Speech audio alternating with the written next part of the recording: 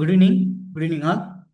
So இன்னைக்கு நம்ம ஆர்கியாலஜியில் அகழ்வாராய்ச்சியில் நம்ம பார்க்கக்கூடிய டாபிக் வந்து ஸ்பெசிஃபிக்காக சில ரிவர்ஸை பேஸ் பண்ணி நம்ம பார்க்கலாம். சரியா? ஸோ இன்னைக்கு ஆர்கியாலஜியில் ஃபர்ஸ்ட் வீடியோ. ஸோ இன்னைக்கு நம்ம பார்க்க போகிறது வந்து வைகை நாகரிகம். ஸோ வைகை ரிவர் எங்கெங்கெல்லாம் போகுது, ஸோ அதை பேஸ் பண்ணி என்னென்ன சைட்ஸ்லாம் இருக்குது, அதோட பிவைக்யூஸ். ஸோ இந்த கிளாஸஸ் வந்து உங்களுக்கு ரொம்பவே யூஸ்ஃபுல்லாக இருக்கும். ஸோ இதை உங்கள் ஃப்ரெண்ட்ஸ்க்கு வந்து சஜஷன் பண்ணுங்கள். அதே மாதிரி நம்ம கிளாஸ் வந்து சப்ஸ்கிரைப் பண்ணாமல் பார்க்குறீங்க அப்படின்னா கட்டாயம் சப்ஸ்கிரைப் பண்ணுங்கள். ஓகே. ஸோ இந்திய தொல்லியல் துறையின் தலைமையகம் எங்கே உள்ளது? ஸோ இந்திய தொல்லியல் துறையின் தலைமையகம் புதுடெல்லியில். So archaeological survey of India இதை முத யாருக்கு இந்தியாவில் வந்து உருவாக்குனா? ஸோ இந்த ஆர்கியாலஜி அப்படின்னு வரும்பொழுது ஒரு 5 நேம் வந்து ரொம்ப ரொம்ப முக்கியமான நேம்.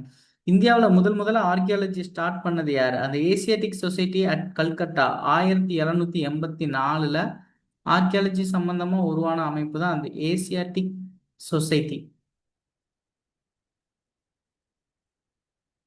ஏசியாட்டிக் சொசைட்டி இது வந்து கல்கத்தால இருக்கு. ஸோ இதை யாருக்கு உருவாக்குனா அப்படின்னா வில்லியம் ஜோன்ஸ். ஸோ அடுத்த முக்கியமான நேம் வந்து அலெக்சாண்டர் கனிங்காம் தான். ஓகே. ஸோ கனிங்காம். ஸோ இவர் தான் வந்து என்ன பண்ணுறாரு, இந்தியாவுக்கு ASI, so archaeological survey of India அப்படிங்கிற ஒரு அமைப்பு உருவாக்குறாரு. எந்த வருஷம்? 1861. ஸோ அதனால் இவர் என்ன சொல்கிறாங்க, ஃபாதர் ஆஃப் இந்தியன் ஆர்காலஜி அப்படின்னு சொல்கிறாங்க. ஸோ இந்திய அகழ்வாராய்ச்சியின் தந்தைன்னு இவர் தான் சொல்கிறாங்க. இவர் தான் அந்த ஏஎஸ்ஐங்கிற அமைப்பை புதுடெல்லியில் வந்து எஸ்டாப்ளிஷ் பண்ணுறாரு, ஸோ உருவாக்குறாரு. ஓகேவா? ஸோ அடுத்து ரொம்ப முக்கியமான பர்சனாலிட்டி யார் அப்படின்னா ராபர்ட் ப்ரூஸ்வுட். இந்த ராபர்ட் ப்ரூஸ்வுட் வர்றதுக்கு காரணமானவர் வந்து கர்சன் பிரபு, லார்ட் கர்சன். இவர் தான் 1899 வங்க பிரிவினை வரைக்கும் 1905 வரைக்கும் இருக்கிறாரு. கரெக்டா? ஸோ இருக்கும் பொழுது இந்த டைம்ல இவர் வந்து ஆர்கியாலஜி டைரக்டர் ஜெனரலா யாரை போட்டிருப்பாரு அப்படின்னா சர் ஜான் மார்ஷல்.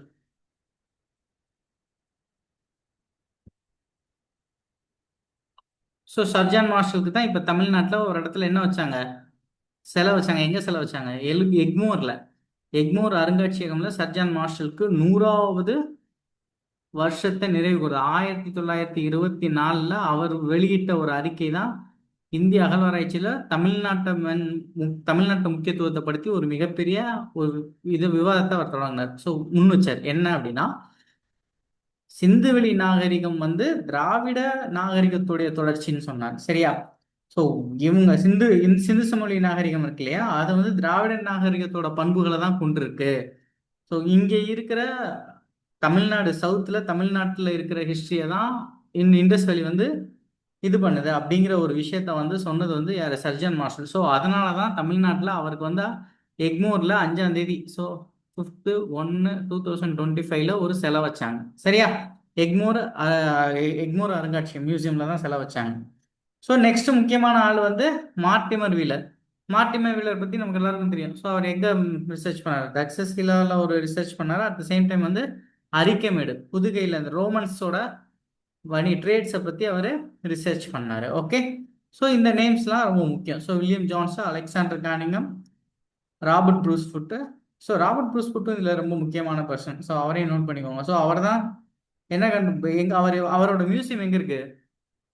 பெல்லாரி வெங்காயம் சொல்கிறோம்ல, பல்லாரி வெங்காயம் கர்நாடகாவில் இருக்கு இல்லையா, அங்கே தான் அவர் ஒரு மியூசியம் ஆரம்பிச்சார் ராபர்ட் ப்ரூஸ்வுட். இவர் தான் ஸ்டோனேஜ், ஃபாதர் ஆஃப் ஸ்டோனேஜ்னு இந்தியாவோட ப்ரீ ஹிஸ்டரி இருக்கு இல்லையா, அதை வந்து இது பண்ணவர் இவர் தான் அப்படின்னு சொல்றாங்க. சரியா? தமிழ்நாட்டில் பல்லாவரத்தில் ரிசர்ச் பண்ணது இவர் தான், ராபர்ட் ப்ரூஸ். ஓகே. ஸோ இவர் தமிழ்நாட்டிலேருந்து எடுத்தது, பல்லாவரத்துலேருந்து எடுத்தது, இது எல்லாத்தையும் எங்கே கொண்டு வந்தார்? பெல்லாரியில் இருக்கிற மியூசியமில் தான் வச்சிருக்காரு. ஓகே. So next. ஸோ தமிழ்நாட்டின் நகரமயமாதல் டேஷ் நூற்றாண்டிலிருந்து தொடங்குகிறது என்பதை கீழடி அகழ்வாய்வு கூறுகிறது. ஸோ கீழடி ஆய்வு. கீழடி அப்படின்னா என்ன? ஸோ கீழடி அப்படிங்கிறது எப்போவுமே சிவிலைசேஷன்ஸுங்கிறது வந்து ஒரு நகரத்தை பேஸ் பண்ணி தான் உருவாயிருக்கும். ஸோ தமிழ்நாட்டில் பல்வேறு நதிகள் இருக்குது. ஸோ வைகை இருக்குது, தாமிரபரணி இருக்குது, காவிரி இருக்கு. இப்படி ஒவ்வொரு நதிகள்லயும் இருந்து சில சிவிலைசேஷன்ஸ் உருவாகுது. அதுல வைகை நாகரிகத்திலிருந்து உருவானது தான் கீழடி. ஸோ இந்த வைகை நாகரிகத்திலிருந்து வைகை நாகரிகத்திலிருந்து கீழடி மட்டும்தான் உருவாச்சா அப்படின்னா இல்ல. சரியா? கீழடி மட்டும் கிடையாது. ஸோ வைகை நாகரிகம் எங்கேருந்து உருவாகுது? ஸோ வைகை முத ஆஜி நகரத்து வந்து கிட்டத்தட்ட அப்படியே தேனி பக்கத்துல தான். சரியா? ஸோ அங்க என்ன வருது? சுருளி ஆறுன்னு உருவாகுது. கரெக்டா? சுருளி ஆறு அப்படின்னு அங்க உருவாகி அங்கிருந்து சின்னமன்னூர் வழியா வருது. ஸோ அப்ப அந்த இடத்துல என்ன, அந்த இடத்துல நம்ம படிக்கிற அகழ்வாராய்ச்சி தளம் வந்து சின்னமன்னூர் செப்பேடுகள் படிக்கிறோமா, பாண்டியர் காலத்துல உருவானது. ஸோ அதெல்லாம் அப்படியே ஃப்ளோல பார்த்துட்டு வந்துருங்க. சின்னமன்னூர் செப்பேடு. ஸோ அங்கிருந்து அப்படியே அது எங்க வருது? மதுரைக்கு வருது. ஸோ மதுரை தான் பாண்டியர்களோட தலைநகரம். ஓகேவா? ஸோ தென்னிந்தியாவின் ஏத்தென்ஸ்னு அதான் சொல்றாங்க. மதுரையை பத்தி நிறைய விஷயம் இருக்கு. ஸோ அதுக்கப்புறம் அது திருப்புவனம், ராஜகம்பீரம், மானாமதுரை அப்படின்னு வந்து, ஸோ அது சிவகங்கை மாவட்டத்துக்குள்ள வருது. அங்கதான் என்ன இருக்கு? கீழடி இருக்கு. ஸோ இங்கே கீழடிக்கு வர்றதுக்கு முன்னாடி மதுரையில் என்னென்னலாம் ரிசர்ச் பண்ணாங்க? ஸோ தமிழ்ல அதாவது இந்தியாவில் வந்து தமிழ்நாட்டில் கிடைச்ச ஆர்கியாலஜிஸ்ட் படி நகரமயமாதல்ங்கிறது வந்து 3ஆம் நூற்றாண்டு தான் அப்படின்னு சொல்லி முடிவு பண்ணியிருந்தாங்க. ஆனால் ஆஃப்டர் கீழடி அகழ்வாராய்ச்சி 2017 பண்ணதுக்கு அப்புறம் நகரமயமாதல் கிட்டத்தட்ட 6ஆம் நூற்றாண்டு காலத்தை சார்ந்தது. கிட்டத்தட்ட இன்னமும் பேக்ல 300 வருஷம் பின்னாடி போகுது அப்படின்னு சொல்றாங்க. ஸோ இந்த கீழடி அப்படிங்கிறது கீழடி மட்டும் கிடையாது. கிட்டத்தட்ட ஒரு 110 ஏக்கர் பரப்பளவு கொண்ட 4 இடங்கள். ஒன்று வந்து கீழடி, அது பக்கத்திலே அகரம், மணலூர், கொந்தகை. ஸோ இந்த கொந்தகைங்கிறது வந்து ஈமச் சடங்குகள் அதிகமாக செய்யறது. ஸோ இறந்தவங்களை புதைச்ச பகுதியாக தான் இது இருந்திருக்கு. ஸோ ஈமச் சடங்குகள் பகுதி தான். ஓகே. ஸோ அது மட்டும்தான். அதாவது நகரமயமாதல் கிபி 6ஆம் நூற்றாண்டு. அதே மாதிரி தமிழி எழுத்து இருக்கு இல்லையா? தமிழி எழுத்துக்கு வந்து கீழடி கண்டுபிடிக்கிறதுக்கு முன்னாடி அதுக்கும் வந்து என்னவா இருந்தது? கிபி 3ஆம் நூற்றாண்டுல தான் தமிழ் எழுத்துக்கள் இருக்கு அப்படின்னு சொன்னாங்க. ஆனா கீழடி வந்ததுக்கு அப்புறம் அதுவும் 6ஆம் நூற்றாண்டா மாறிடுச்சு.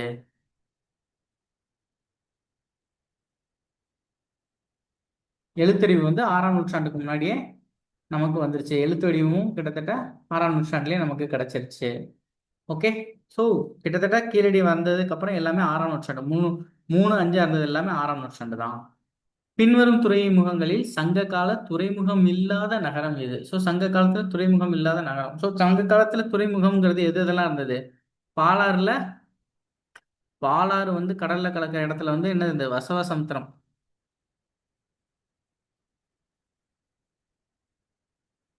தென்பெண்ணையாருக்கு கடல்ல கலக்கிற இடத்துக்கு பக்கத்துல என்ன இருந்துச்சு? அரிக்கமேடு. ஸோ கொஞ்சம் மேல வடக்க இருந்தது.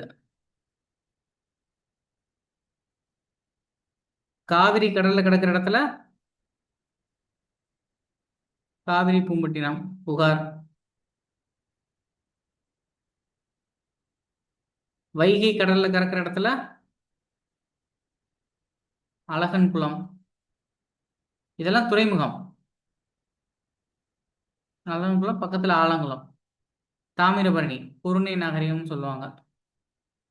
பொருணை நகரம் கடல்ல கிடக்கிற இடம் கொற்கை. ஸோ புகார், கொற்கை, தொண்டி. ஸோ உறையூர் தான் ஆன்சர். ஸோ அதான் உறையூர் எங்க இருக்கு? திருச்சி பக்கத்துல இருக்கு. ஓகே. ஸோ அதுதான் துறைமுகம் இல்லாத நகரம். மீதி இது எல்லாமே துறைமுக நகரம். ஓகே. இந்தியாவில் இருக்க தமிழ்நாட்டில் இருக்க துறைமுக நகரம். அதே மாதிரி அங்க கேரளால முசிறி. இரண்டு பக்கமும் துறைமுகம் துறைமுகம் கொண்ட ஒரே நகரம் வந்து தொண்டி. எங்க இருக்கு? கிழக்கு பகுதியிலும் இருக்கு, மேற்கு பகுதியிலும் இருக்கு. சேரர்கள் கிட்டயும் ஒரு தொண்டி இருக்குது, பாண்டியர்கள் கிட்டயும் தொண்டி இருந்தது. ரெண்டுமே என்னது? ரெண்டுமே துறைமுக நகரம் தான். சரியா? தொண்டிக்கு மட்டும் அந்த ஸ்பெசிபிக்கான கேரக்டர். தொல்லியல் ஆய்வுகள் நடந்துள்ள கீழடி அமைந்துள்ள மாவட்டம். ஸோ இந்த மாவட்டத்தில் இருக்கு? சிவகங்கை மாவட்டத்தில் தான் கீழடி இருக்கு. சரியா? மதுரையிலிருந்து 13 கிலோமீட்டர். மதுரையிலிருந்து கிழக்க 13 கிலோமீட்டர்.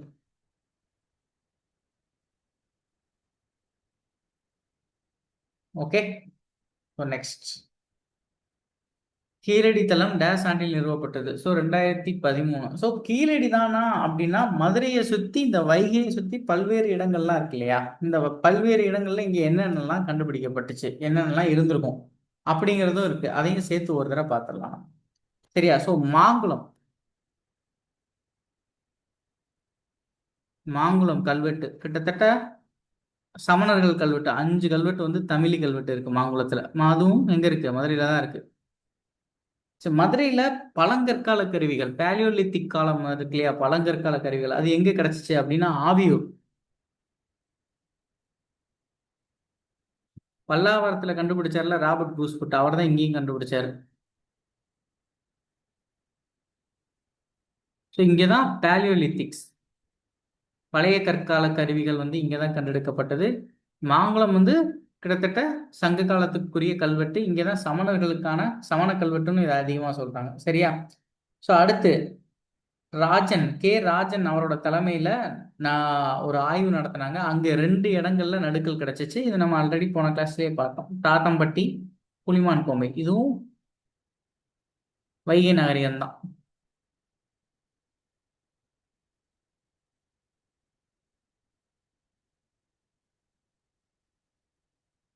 ஸோ மிக பழமையான நடுக்கல் வந்து புலிமான் கோம்பையில தான் கிடைச்சு. இதுவும் மதுரை தான். சரியா? உருக்கு தொழிற்கூடம். ஸோ உருக்கு தொழிற்சாலை, உருக்குறது, மதுரை வைகையில இருக்கிற உருக்கு தொழிற்கூடம் எங்க கிடைச்சிச்சு அப்படின்னா எல்லப்பட்டி.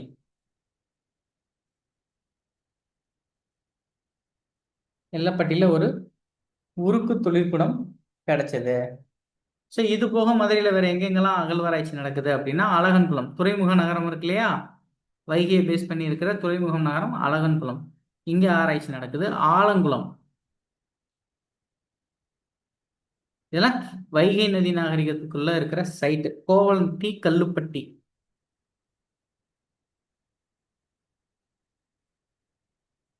கோவலன் பொட்டல்,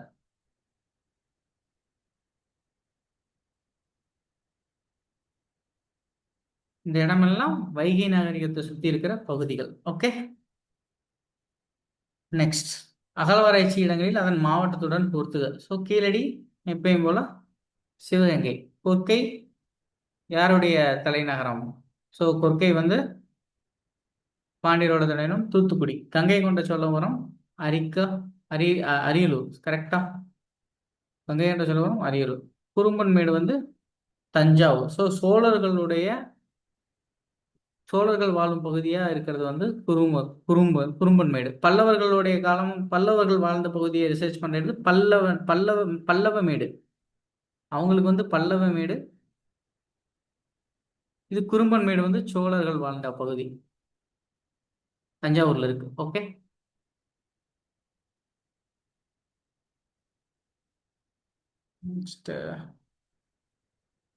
ரைட். ஸோ இவ்விடம் மதுரையிலிருந்து தென்கிழக்கு திசையில் 12 கிலோமீட்டர் தொலைவில் அமைந்துள்ளது. ஸோ வைகை ஆற்றங்கரையில் எது? ஆல்மோஸ்ட் கீழடி தான். கொடுமணல் எங்க இருக்கு? கொடுமணல் வந்து நொய்யல், காவிரியோட ட்ரிபியூட்ரி. நொய்யல் நாகரிகம். கொடுமணல் வந்து ஆல்மோஸ்ட் ஈரோடு. பொருந்தல் வந்து திண்டுக்கல்.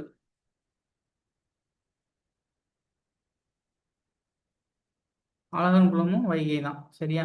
வைகை நாகரிகம் ராமநாதபுரம். ஆலங்குளம் அகழ்வாராய்ச்சி இடம் டேஸ் மாவட்டத்தில் அமைந்துள்ளது. ராமநாதபுரம் அழகன்குளத்துக்கு பக்கத்துல தான் அமைந்துள்ளது. ஓகே. ஸோ நெக்ஸ்ட், தமிழக மக்கள் 6ஆம் நூற்றாண்டில் இருந்து எழுத்தறிவு பெற்றிருந்தனர் என்பதை கூறும் தமிழ் பிராமி எழுத்து பொறிப்புகள் டேஸ் இடத்தில் கண்டுபிடிக்கப்பட்டுள்ளன. ஸோ கிட்டத்தட்ட சொன்னேன், எல்லா அறிவுமே எல்லா எழுத்தறிவா இருக்கட்டும், நகரமயமாதலா இருக்கட்டும், எல்லாமே கிபி 3ஆம் நூற்றாண்டு 5ஆம் நூற்றாண்டுல இருந்தது. அது எல்லாமே கீழடி வந்ததுக்கு அப்புறம் 6ஆம் நூற்றாண்டா மாறிடுச்சு. ஓகே. அதே மாதிரி ஸ்டோன் அலைன்மெண்ட் பரியல்ஸ். ஸோ கல் நிறுத்தி வைக்கும் மரபினை தமிழகத்தில் எங்கு காணப்படுகிறது? கல் நிறுத்தி வைக்கும் மரபு வந்து தமிழகத்தில் கீழடியில் தான் காணப்படுகிறது.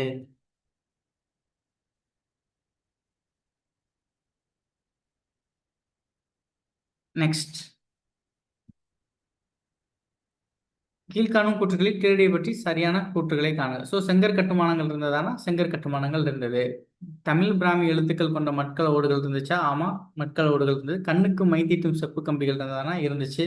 பதிற்றுப்பத்தில் கீழடியை பற்றி குறிப்பிடுகிறது. பதிற்றுப்பத்திலாம் கீழடியை பற்றி குறிப்பிடல. மதுரையை பற்றி குறிப்பிடக்கூடியது என்னென்ன? மதுரை காஞ்சி தானே. மதுரையை பற்றி குறிப்பிடக்கூடிய இது வந்து மதுரை காஞ்சி. ஸோ அதை மட்டும் நோட் பண்ணிக்கோங்க. பரிபாடல், மதுரை காஞ்சி, இந்த ரெண்டு தான் மதுரையை பற்றியே பேசும்.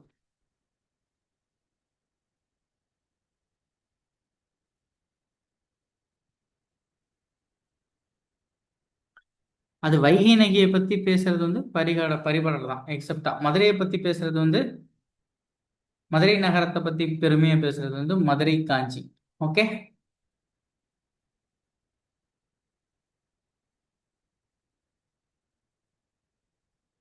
நெக்ஸ்ட், ஓவாமலை தொல்லியல் இடம் எங்கு அமைந்துள்ளது? ஸோ ஓவாமலை வந்து மதுரையில தான் இருக்கு. ஸோ மதுரையில் இருக்கிற வேற என்ன மலையெல்லாம் இருக்கு மதுரையில? சித்தர் மலை,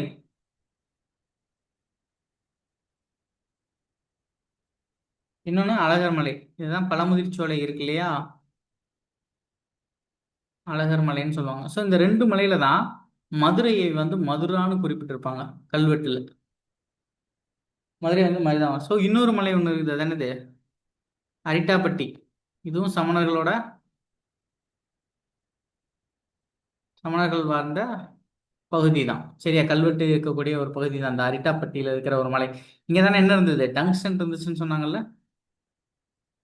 இப்ப அது பாதுகாக்கப்பட்ட பகுதியா மாறி இருக்கு. இன்னொன்று வந்து காசர்கோடா, திண்டுக்கல்ல இருக்குன்னு நினைக்கிறேன். கரெக்டா, காசர்கோடு. ஸோ அரிட்டாப்பட்டில தான் டங்ஸ்டன் கிடைச்சிச்சு. கனிம வளங்கள்ல டங்ஸ்டன் கிடைச்சது. அதை எடுக்கிறதுக்கு முயற்சி பண்ணாங்க. பட் மக்கள் போராட்டத்தினாலையும் பல்வேறு காரணங்கள்னால அதை நிப்பாட்டிட்டாங்க. சரியா, ஸோ அங்கே ஆர்கியாலஜி சைட்டும் கூடாது, அதனால அதை நிப்பாட்டிட்டாங்க. ஸோ அது பதிலாக காசர்கோடு, திண்டுக்கல்ல இருக்கு. ஸோ அங்கேயும் டங்ஸ்டன்ஸ் இருக்கு. அங்கே தான் அடுத்த வாய்ப்புகள் இருக்கு. சரி, வேற என்னென்னலாம் இந்த கீழடியில இருந்தது? கீழடியில சில அனிமல்ஸோட பாகங்கள்லாம் கிடைச்சிச்சு நமக்கு. ஸோ அது என்ன அப்படின்னா, காளை, எருமை, கலைமான், காட்டுப்பன்றி, மயில். ஸோ அங்க அங்க வந்து அந்த மட்பாண்டங்கள்ல ஒரு ரெண்டு பேர் வந்து நமக்கு கிடைச்சது. அந்த ரெண்டு பேர் அங்க இருக்கிற மன்னன் பேரா இருக்கலாம், இல்ல மக்கள் பேரா கூட இருக்கலாம். அந்த ரெண்டு பேர் வந்து ஒண்ணு குவீரன், குவீரன், இன்னொன்னு வந்து ஆதன். ரோமானியர்களை பத்தி பேசணும் அப்படின்னா, ரோமானியர்ஸ்ல ரெண்டு பானைகள் வந்து அவங்க ரோமானியர்களோட பயன்படுத்தின பானை. ஒண்ணு வந்து ரவுலட் பானை, இன்னொன்னு அரிட்டைன் பானைன்னு சொல்லுவாங்க. நோட் பண்ணிக்கோங்க இது. ரவுலட் பானை ரோமானியர்கள் பயன்படுத்தின பானை, இன்னொன்னு வந்து அரிட்டைன் பானை. இது எதுக்கு சொல்றேன்னா, இது ரெண்டுமே கீழடியில கிடைச்சிச்சு. அப்ப என்ன அர்த்தம்? ரோமானியர்களோட வணிகம் இவங்க பண்ணாங்க. ஆமா, அழகன் குளம்ல ரோமானியர் வணிகம் பண்ணதுக்கான எவிடன்ஸ் நிறையவே கிடைச்சது. ஸோ அழகன் கோயில்ல அழகன் குளம்ல பண்ணியிருக்காங்கன்னா ஆல்மோஸ்ட் எங்க பண்ணிருக்கலாம்? ஸோ கீழடியிலையும் இவங்க வந்து பண்ணிருக்கலாம். ஸோ வேற என்னென்னலாம் கீழடியில இருந்தது அப்படின்னா, பானை செய்யற கூடம் இருந்தது. நெசவு செஞ்சாங்க அவங்க. நெசவு கூடம், அந்த தக்கைகள்லாம் நிறைய கிடைச்சிச்சு. அந்த நெசவு செய்யறதுக்கான தக்கை, அதுக்கு தேவையான அந்த ஊசி எல்லாமே நிறைய கிடைச்சது. இரும்பு செஞ்சதுக்கான இரும்பு அதுல கண்டுபிடிக்கப்பட்டது. ஸோ அப்ப இரும்பு உருக்கு உலைகளும் இருந்தது. இரும்பு உருக்கு உலை அப்படிங்கிறது சாதாரண விஷயம் இல்லை, சரியா? ஏன்னா ஒரு ஓரை எடுத்து அந்த ஓர்ல இருந்து ஒரு இரும்பு ராடு ஒன்று செய்யணும் அப்படின்னா மினிமம் இரும்போட டெம்பரேச்சர் எவ்வளவு? 1200 டிகிரி செல்சியஸ்ல தான் இரும்பு உருக்க முடியும். அட்லீஸ்ட் 1500 டிகிரி செல்சியஸாவது வேணும். ஸோ அப்போ இவ்வளவு வெப்பங்களையும் தாங்கிறதுக்கான ஒரு உலை கலன் அங்கே இருந்துச்சு. அதை தான் உருக்கு உலைன்னு சொல்றாங்க. அப்போ இந்த டெக்னாலஜி வந்து அவங்களுக்கு ஓர்ல இருந்து அயனை பிரித்து அதுல இருந்து ஒரு ராடு செய்யறதுக்கான டெக்னாலஜி கிட்டத்தட்ட 5000 வருஷத்துக்கு முன்னாடி இருக்கு அப்படிங்கிறத இப்ப கண்டுபிடிச்சிருக்காங்க. ஸோ ரொம்ப ரொம்பவுமே பழமையான உருக்கு உலை இரும்பு வந்து தமிழ்நாட்டில் எங்க கண்டுபிடிச்சிருக்காங்க? சிவகலையில கண்டுபிடிச்சிருக்காங்க. சரியா, சிவகலை எங்க இருக்கு? அதை நம்ம நாளைக்கு பார்ப்போம்.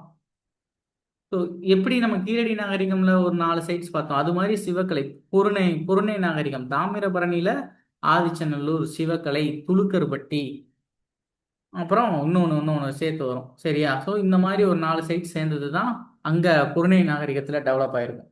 ஸோ அங்கே இந்த சிவக்கலையில் கண்டுபிடிச்சப்பட்ட இரும்பு தான் கிட்டத்தட்ட 5300 வருடங்களுக்கு பழமையான இரும்பா இருக்கு அப்படின்னு சொல்லி இப்ப கண்டுபிடிச்சிருக்காங்க. சரியா? ஸோ கண்டுபிடிச்சு உலகின் முன்னோடி வந்து நம்ம தான் அப்படின்னு சொல்லி சொல்றாங்க. சரியா? நெக்ஸ்ட் வேற ரவுலட் பானை, அரிட்டா பைன்வானை. ஓகே, இந்த ரெண்டும் முடிஞ்சாச்சு. ஸோ ஆல்மோஸ்ட் நம்ம கவர் பண்ணிட்டோம். ஓகேவா? ஸோ கீழடி சார்ந்து வைகை நாகரிகம் சார்ந்து முடிச்சாச்சு. ஸோ நாளைக்கு வந்து பொருணை நாகரிகம் பார்க்கலாம். ஓகே. ஸோ இந்த கிளாஸ் உங்களுக்கு பிடிச்சிருந்துச்சுன்னா உங்கள் ஃப்ரெண்ட்ஸுக்கு ஷேர் பண்ணுங்க. கட்டாயம் நம்ம கிளாஸை வந்து சப்ஸ்கிரைப் பண்ணுங்க. Okay, thank you.